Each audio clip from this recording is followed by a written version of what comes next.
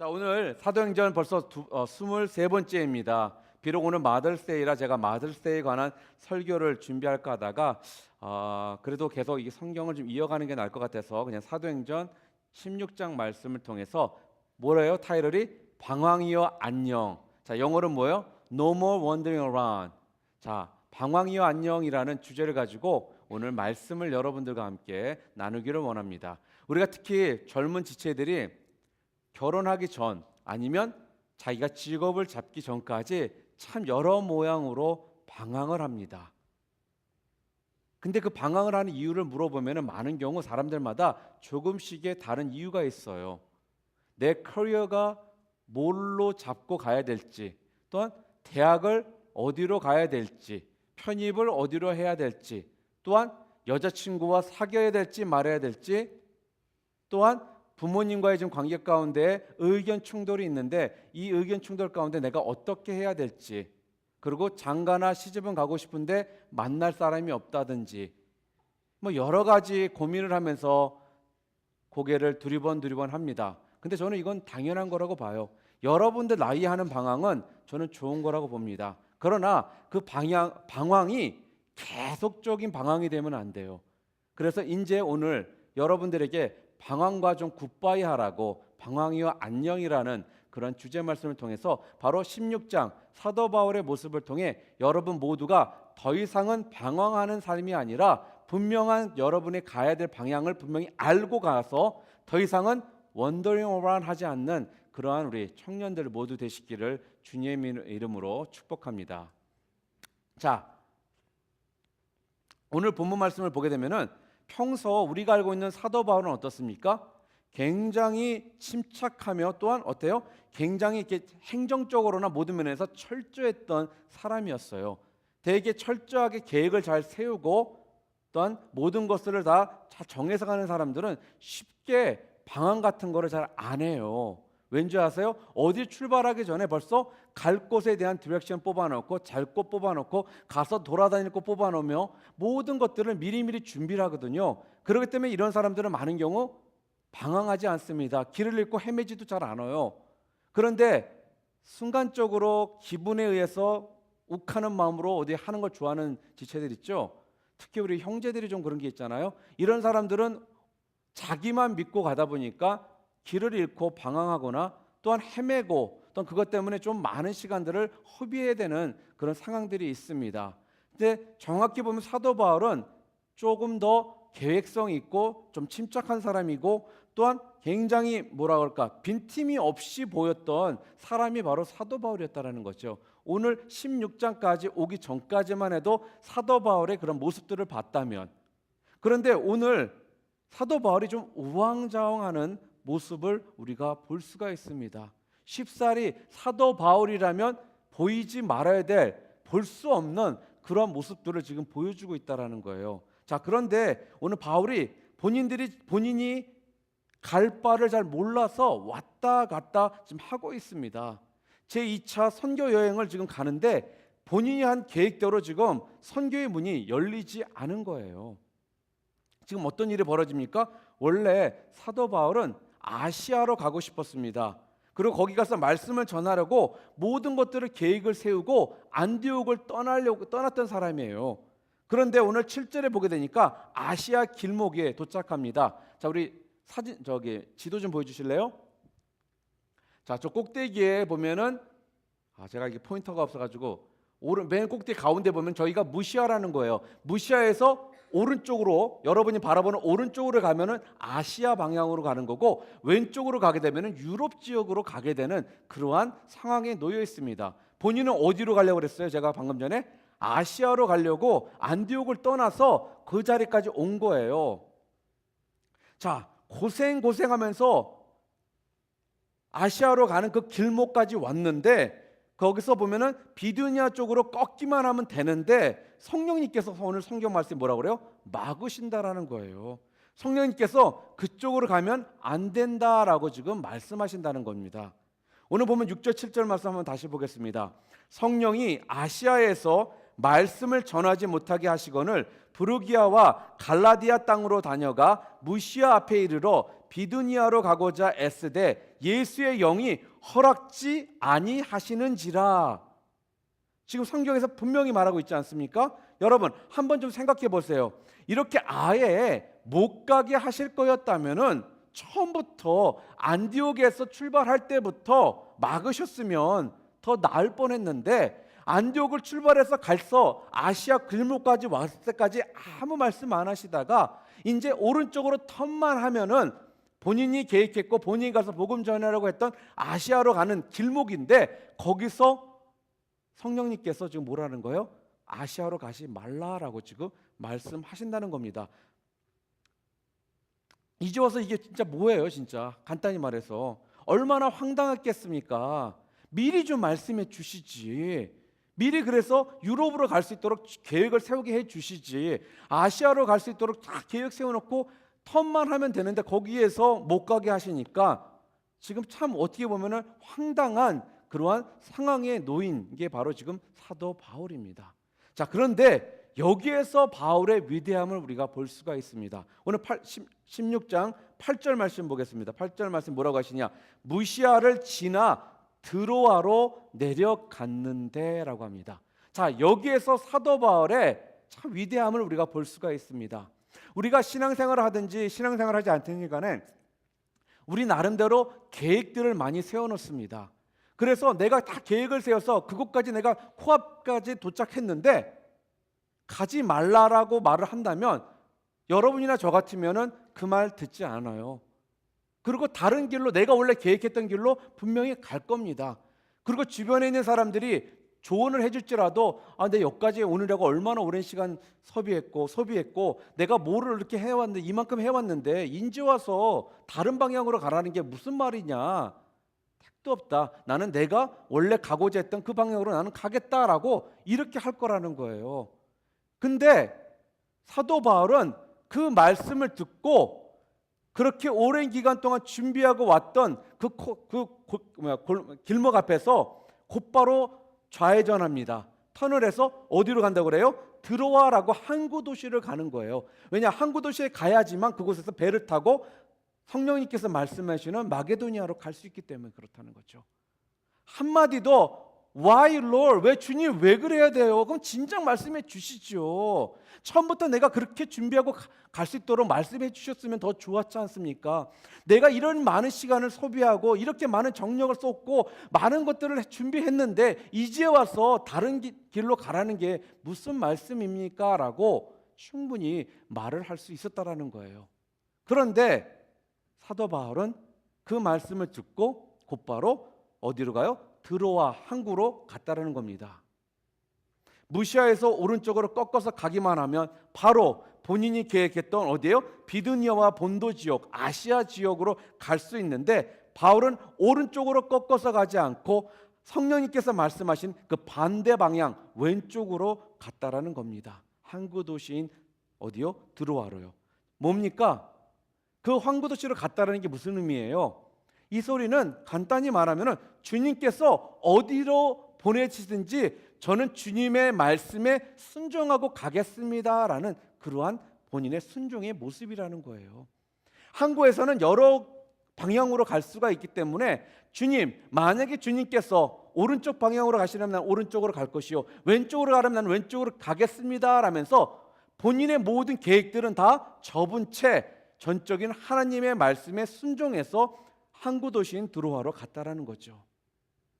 사랑하는 형제자매 여러분, 언제나 우리 생각이 아무리 좋다라고 생각이 들지라도, 우리가 세운 계획이 있을지라도, 아무리 우리가 세운 계획이 뛰어나고 조금의 실수나 조금의 문제가 없을 것 같이 보일지라도 내가 먼저 생각해야 되는 부분이 무엇이냐? 바로 하나님께서 그 길을 가기를 원하시는지 아니면 다른 길을 가기를 원하시는지를 먼저 물어봐야 되는 것이고, 또한 말씀해 주셨다면은 아무리 뛰어난 계획이고 좋은 길일지라도 그것을 내려놓을 수 있는 그러한 모습이 우리들에게 필요하다는 것입니다.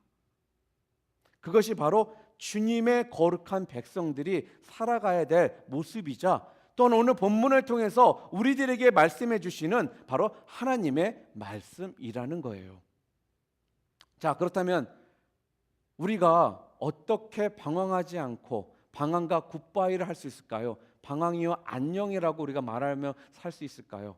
자, 오늘 성경을 통해 우리가 좀 더 구체적인 그런 네 가지의 포인트를 여러분들과 함께 나누기를 원합니다. 여러분께서 더 이상 방황하지 않고 살기를 원하신다면 첫 번째로 해야 될 게 뭐냐? 절대로 분노함으로 여러분들이 일을 하시면 안 돼요. 자, 오늘 우리가 생각해 볼 것이 있습니다. 뭐예요? 왜 바울에게 이런 우왕좌왕하는 일이 벌어졌을까라는 질문이에요. 왜 바울이 우왕좌왕하는 일이 벌어졌을까요? 그냥 처음부터 정확하게 성령님의 음성을 깨닫고 듣고서 움직이면 되지. 왜 이렇게 시간을 낭비하고 또 많은 것들을 다 포기해야 되는 그런 상황 가운데 그가 오게 되었을까요? 그런데 나중에 가서 방향이 바꾸는 그런 황당한 일들이 그에게 왜 벌어졌을까요? 여러분 그것을 한번 생각해 봐야 되지 않았겠습니까? 우리가 읽은 본문 바로 앞장 15장에서 제가 지난주에 설교했던 내용 가운데 그 답이 나와 있습니다. 그 이유는 뭐였느냐? 15장에서 내용을 잠깐 요약한다면 무슨 일이었습니까? 1차 전도 여행을 마치고 2차 선교 여행을 떠나기에 앞서서 함께 가는 팀들을 구성하는 그런 상황에 놓였습니다. 그러나 첫 번째로 갔던 1차 전도 여행 갔었던 바나바와 또한 바울이 리더로서 팀들을 지금 꾸려야 되는 상황이에요. 그런데 알다시피 마가 요한은 첫 번째 전도 여행 가운데 밤빌라에서 너무 힘들다고 그냥 포기하고 돌아갔던 사람이었습니다.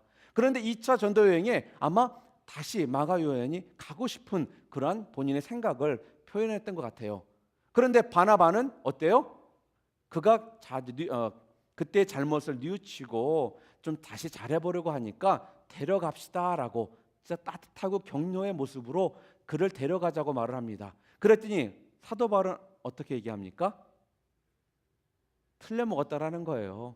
한 번 도중에 피곤하고 힘들다고 떠난 놈 또다시 그런 일 벌어질 거니까 걔는 데리고 가면 안 된다라는 거예요. 두 사람이 그렇게 좋았던 관계가 이 마가 요한을 데리고 가느냐 마느냐 하는 이 사건을 계기로 두 사람의 관계가 어려움이 오기 시작합니다. 자, 이래서 사도 바울이나 그 다음에 바나바나 둘 다 이 일 때문에 마음에 상처가 생기게 되었다는 거죠. 자, 그러니까 어떤 일이 벌어집니까? 화가 나면 우리가 지금처럼 깨끗하게 영성이 있는 사람으로 우리가 있을 수가 없어요. 분명히 바나바나 바울 모두가 화가 나서 영성이 많이 흐려져 있었던 것 같습니다. 그러다 보니까 하나님의 뜻을 잘 깨닫지 못했던 것 같아요. 그렇기 때문에 이러한 일이 벌어졌다라고 저는 개인적으로 생각을 합니다. 자, 어찌 보면 저의 상상이지만 바울이 아시아로 가려고 했던 것도 제 생각은 바나바와 그러한 어려움이 생겨버리니까 바나바가 가려고 했던 유럽 방향으로 안 가고 반대 방향인 아시아로 그가 마음을 먹을 수도 있지 않나라는 생각을 해봐요. 이거는 가서 천국 가서 제가 물어볼 거예요. 이거 왜 그랬는지. 그러나 솔직하게 제 생각은 그렇다라는 거예요. 성경에는 그렇다라는 말씀은 안 나옵니다. 이건 제 생각이라는 겁니다. 그런데 두 사람이 그렇게 반대 방향으로 가는 상황이 놓이면서 아마 그랬을 거예요. 자, 누가 선교 잘하나 한번 좀 보자. 같이 동역자로서 그렇게 함께했던 사람이 두 사람 가운데 어려움이 생겨버리니까 두 군데로 나눠서 가는 상황이 오고 또한 그런 상황이 오니까 그 마음 가운데 옛날에는 한 번도 생각해보지 못했던 경쟁심이나 상대방을 향한 섭섭함이 생기기 시작했다는 거죠. 그 섭섭함이 생기니까 어떤 일이 벌어져요? 그 마음에 상처가 있으니까 좋게 보이지 않는 거예요. 마음에 상처가 있으니까 내 영성이 흔들리기 시작한다는 거죠. 여러분 아무리 여러분들이 영성이 지금 좋을지라도 여러분 가운데 상처나 어려움이 생기면 당연히 우리의 영성은 흔들릴 수밖에 없게 됩니다. 그래서 우리가 절대 화나는 모습으로 화가 난 상태로 어떠한 일들을 하면 안 된다는 거예요. 그 상황은 우리들이 올바르게 판단할 수 있는 그러한 스테이지가 아니기 때문에 그렇습니다. 자, 그래서 우리가 하나님을 할 때 꼭 잊지 말아야 되는 게 뭐냐? 도끼를 가지고 일을 하면 안 된다는 거죠. 한국 사람들이 이런 말 잘해서 도끼 있다라는 거. 동역자 간에 잘못된 경쟁심을 가지면 안 된다는 거예요. 가끔씩 일을 하다 보면 두 사람 다 개인적으로 만나서 이야기를 해보면 둘 다 좋은 그런 나름대로 생각을 가지고 방법을 가지고 열심히 하려고 했는데 그 열심히 두 사람의 차이점이 있다 보니까 함께 있을 때는 어떤 일이 벌어져요? 그 안에서 컨플릭이 생기기 시작한다는 거죠. 개인적으로 따로따로 볼 때 분명히 좋은 일입니다. 좋은 방법이에요. 그러나 이것이 잘못돼서 같이 할 때는 더 이상은 좋은 게 되지 않고 경쟁이 되는 상황에 놓이게 되니까 서로에게 힘듦과 아픔과 어때요? 상대방을 바라보는 좋은 감정으로 상대방을 바라보는 모습들이 없어지게 된다는 거죠. 그래서 주님의 일을 할 때는 절대로 경쟁심을 가지고 하시면 안 됩니다. 여러분들이 도끼를 가지고 하시면 안 돼요. 오기를 가지고 하시면 안 된다는 거예요.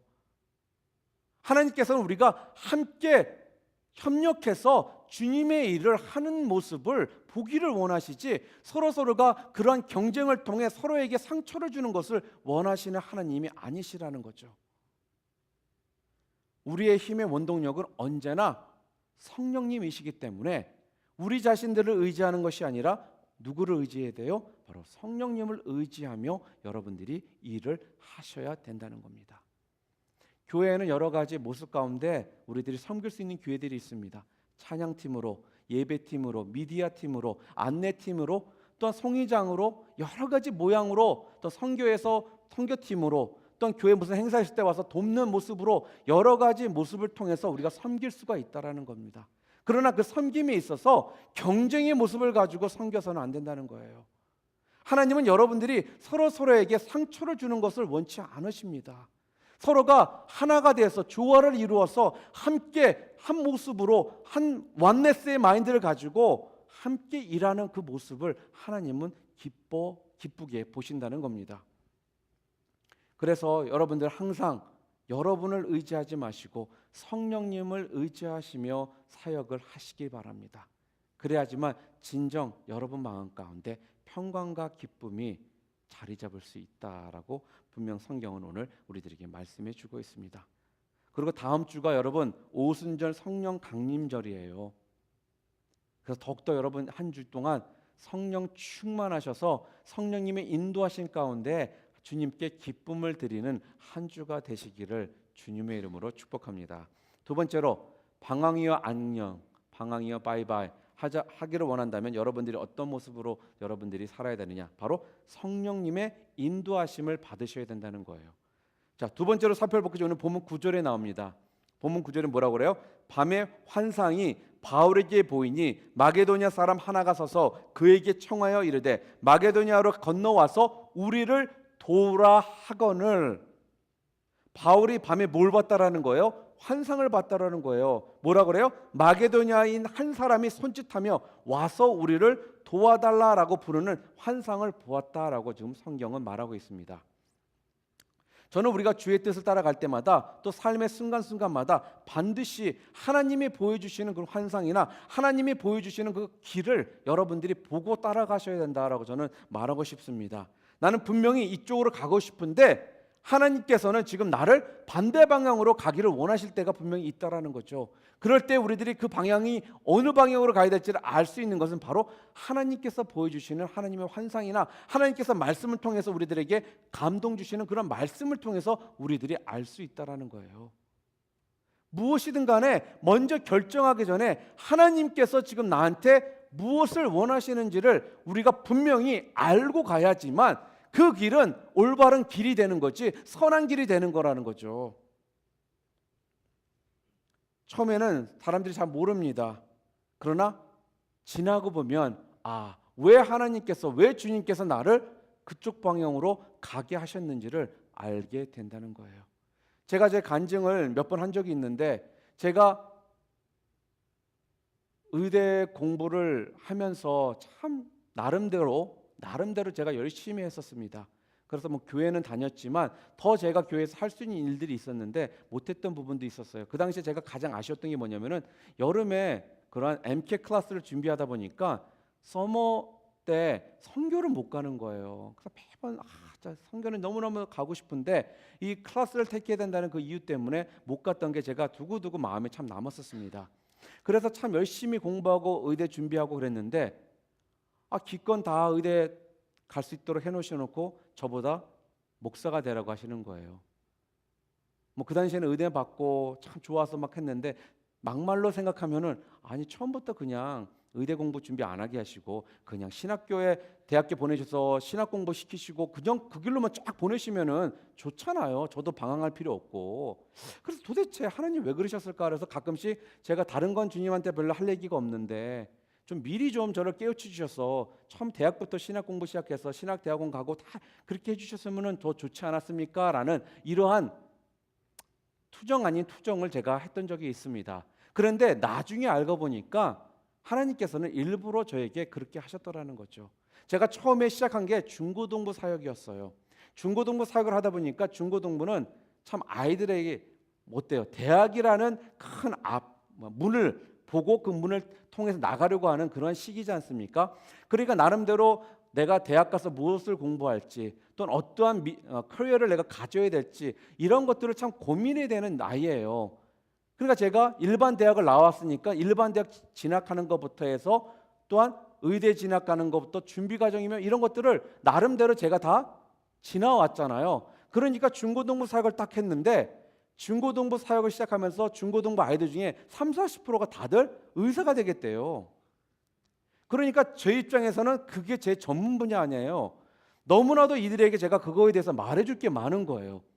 그러니까 제가 뭐 성경적인 지식을 많이 그때 알고 있던 것도 아니고 뭐 특별하게 영성이 있었던 것 같지는 않습니다. 그런데 그 아이들이 중고등부 학생들이 저를 리스펙트하고 저를 따를 수 있었던 계기가 바로 제가 그러한 과정을 겪었기 때문에 이 아이들이 저를 그렇게 리스펙트 하더라는 거예요.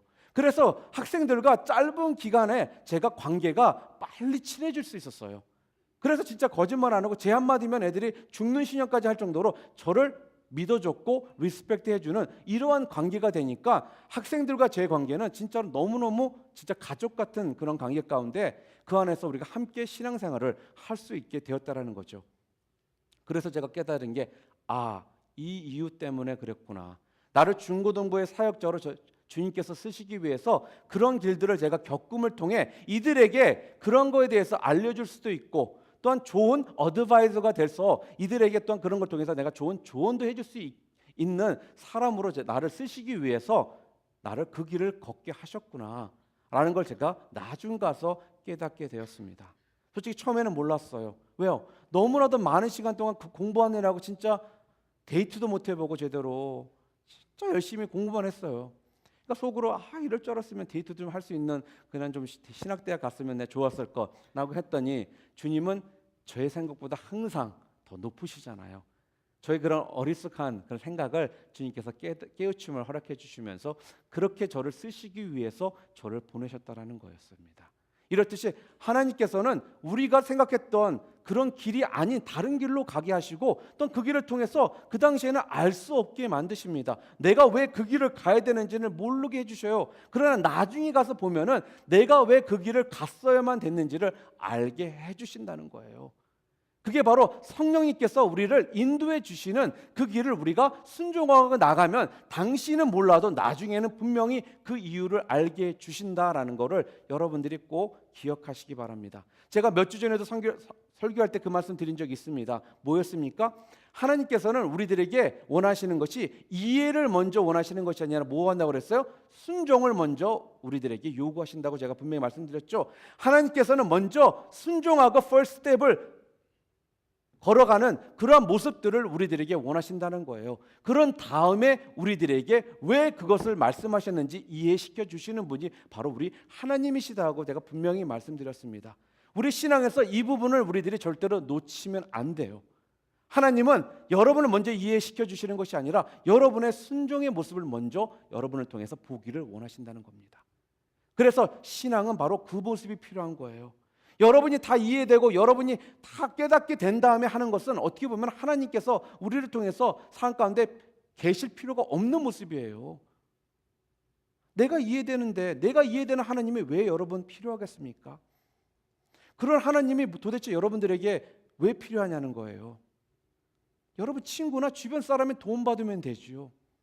그런데 우리 하나님은 우리 이해를 뛰어넘어서 순종의 모습을 통해 그 이해를 우리들에게 허락해 주신다는 거죠.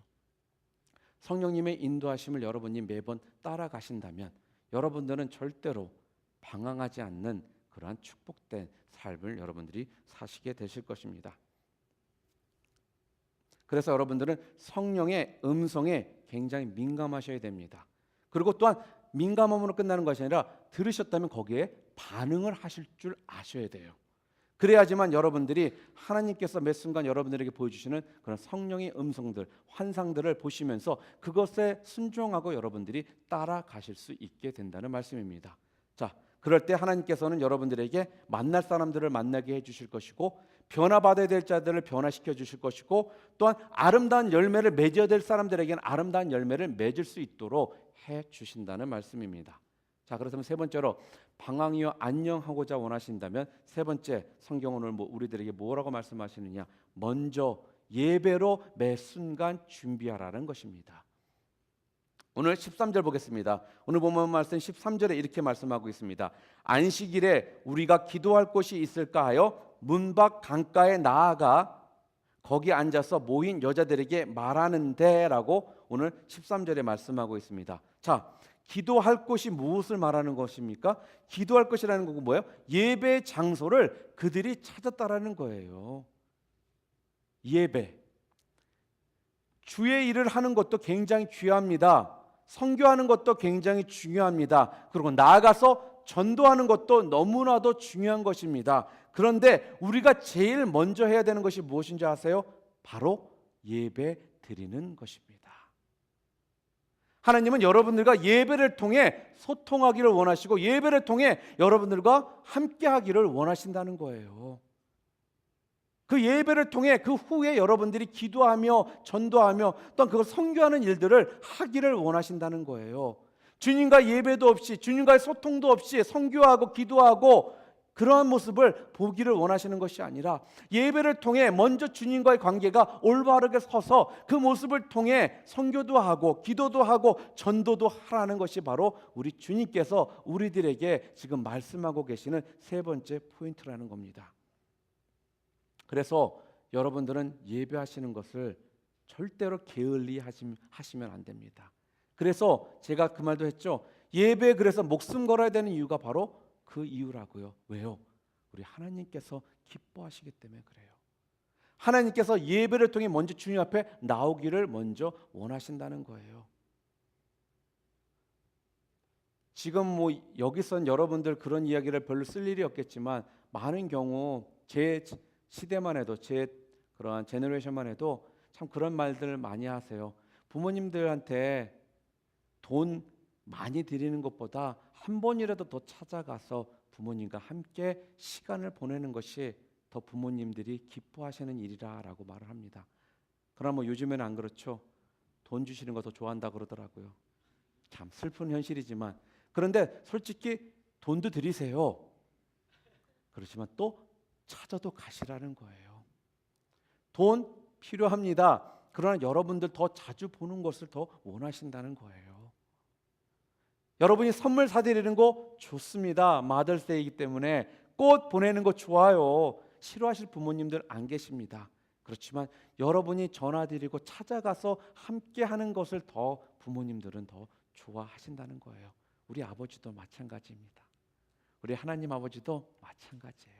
여러분들이 주님 앞에 나와서 주님 찾아와 주시기를 더 기뻐하시고 더 즐거워하신다는 겁니다.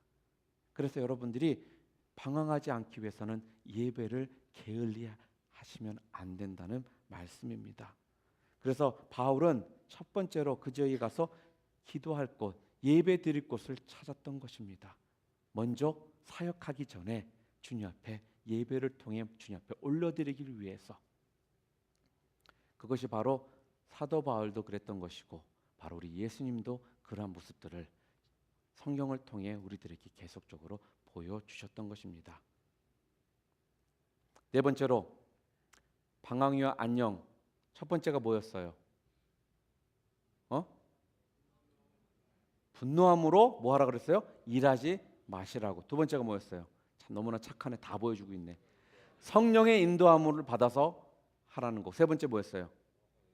먼저 예배로 준비해야 하고, 자, 이런 일들이 벌어지잖아요. 그러면 여러분들이 방황을 하지 않을 수가 있습니다. 방황하지 않는 걸로 끝나는 것이 아니라 그 다음에 하나님께서 우리들에게 분명하게 마침표까지 거기다가 딱 찍어 주십니다. 뭐냐? 네 번째, 바로 하나님께서 예비하신 도울 자들을 여러분들에게 보내주신다는 거예요. 여러분이 방황하고 막 헤매고 있을 때 여러분들이 올바른 길로 갈 수 있도록 도와줄 사람들을 보내주시는 분이 바로 우리 하나님이시라는 겁니다. 오늘 본문 14절 뭐라고 합니까? 우리 14절 함께 보겠습니다. 두아디라시에 있는 자색 옷감 장수로 하나님을 섬기는 르디아라 하는 한 여자가 말을 듣고 있을 때 주께서 그 마음을 열어 바울의 말을 따르게 하신지라. 이 말씀이 뭐예요? 우리가 알 수 있는 것이 무엇입니까? 이 말씀을 통해서 우리가 하나님의 뜻을 따라갈 때 하나님께서는 좋은 동역자들을 붙여 주시더라는 겁니다. 여러분들이 방황하고 어느 쪽으로 가야 될지 모르는 상황 가운데 있을 때 하나님께서 도울 자를, 동역자를 여러분들에게 보내주시겠다라는 거예요. 그게 누구였습니까? 바로 르디아라는 겁니다. 르디아는 사람을 통해 보내주셔서 사도 바울과 그 선교팀에게 힘을 더 불어주시게 되었다는 거죠. 하나님께서는 분명히 르디아와 같이 예비하신 자들을 여러분들에게 보내주시겠다라는 겁니다. 직장에서나 학교 생활 가운데서나 어떠한 상황에 놓여 있을 때, 어떤 신앙생활 가운데 있을 때 여러분들이 도움이 필요할 때 분명 하나님께서는 르디아와 같은 사람을 여러분에게 보내주셔서 그 사람을 통해 여러분들이 올바른 방향으로 갈 수 있도록, 그 길을 볼 수 있도록 돕는 손길을 분명히 허락해 주시겠다라는 것이 바로 우리 주님께서 오늘 말씀을 통해 우리들에게 주시는 네 번째 포인트입니다. 여러분 기대하세요. 그리고 구하시기 바랍니다. 주님, 저도 보내주세요. 저에게 동역자를 보내주시고 내가 지금 이렇게 헤매고 있는데 저희 헤매고 있는 나의 삶 가운데 분명한 길을, 올바른 길을 갈 수 있도록 도와줄 수 있는, 그러한 함께할 수 있는 사람들을 저에게 보내주세요라고 여러분 기도하시기 바랍니다. 분명히 하나님께서는 오늘 말씀을 통해 그러한 자들을 우리들에게 보내주시겠다라고 분명히 지금 약속해 주고 계십니다. 이런 말이 있습니다. 하나님이 가라고 하실 때 하나님께서 그냥 가라고 보내주지 않으시고 신발까지 신겨 보내주신다라고 말을 합니다. 그 소리는 뭐예요?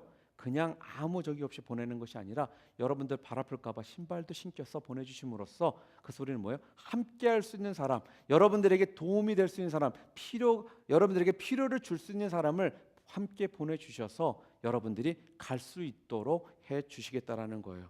또한 이게 무슨 말씀이냐? 하나님은 우리에게 짐만 주시는 것이 아니라 그 짐을 짊어질 수 있는 스트롱한 어깨를 또한 주신다라는 그 말씀입니다. 하나님을 여러분 신뢰하시기 바랍니다. 또한 하나님을 기대하시기 바랍니다. 그럴 때 온전하게 하나님께서는 여러분의 삶을 통해 역사하실 것이고, 또한 그 다음에 나오는 것처럼 바울과 실라가 감옥에 갇혔을 때 감옥문이 열리고, 또한 그들이 주님 앞에 기도와 찬양으로 주님 앞에 영광을 올렸을 때 또한 그 간수가 그들의 그 모습을 통해 어떤 일이 벌어집니까? 빌립보 교회가 시작될 수 있는 그런 파운데이션을 마련하는 그런 계기를 그들의 모습을 통해 어떻게 해요? 주님께서 허락해 주셨다라는 거예요. 바울과 실라가 감옥에 있을 때 그 감옥에 있었던 그 감옥수가 그들의 그 모습을 통해 침례를 받고 또 그 사람들을 통해 빌립보 교회가 시작되는 놀라운 역사를 주님께서 허락해 주셨다라는 거예요. 하나님은 이렇게 일을 하시는 분이십니다. 여러분을 그냥 내버려 두시는 것이 아니라, 여러분이 그냥 길 잃고 헤매게 놔두는 것이 아니라 여러분에게 돕는 사람을 보내주셔서 그들을 통해 놀라운 역사들을 허락해 주시는 분이 바로 우리 하나님 아버지시라는 것을 꼭 믿으시는 여러분 모두 되시기를 주님의 이름으로 축복합니다. 말씀을 정리하기를 원합니다. 내 뜻대로가 아니라 오직 성령을 따라 살아가심으로 더 이상은 방황가는 안녕하시는 우리 컴퍼스 지체들 모두 되시기를 주님의 이름으로 축복합니다. 그러기 위해서 여러분들이 해야 될 게 뭐라고 그랬어요? 예배와 기도를 여러분이 중심을 잡으셔야 된다는 거예요. 성령님의 인도하심을 따라가시려면, 그리고 예배를 준비하시고 또한 여러분이 기도로서 나아가실 때 여러분들이 이러한 역사들이 여러분의 삶을 통해 주님께서 드러나게 해 주실 거라는 겁니다. 그럴 때 또한 하나님께서는 그걸로 끝나는 것이 아니라 돕는 손길을 또한 허락해 주신다고 했죠. 르디와 같은 돕는 자들을 여러분들에게 보내주심을 통해 여러분을 통해서 주님께서는 영광 받으시는 그런 하나님이심을 여러분들이 믿으시고, 또한 그러한 기적의 역사들이 여러분 삶을 통해서 분명히 드러나기를 주님의 이름으로 축복합니다. 자, 우리 함께 기도하시겠습니다.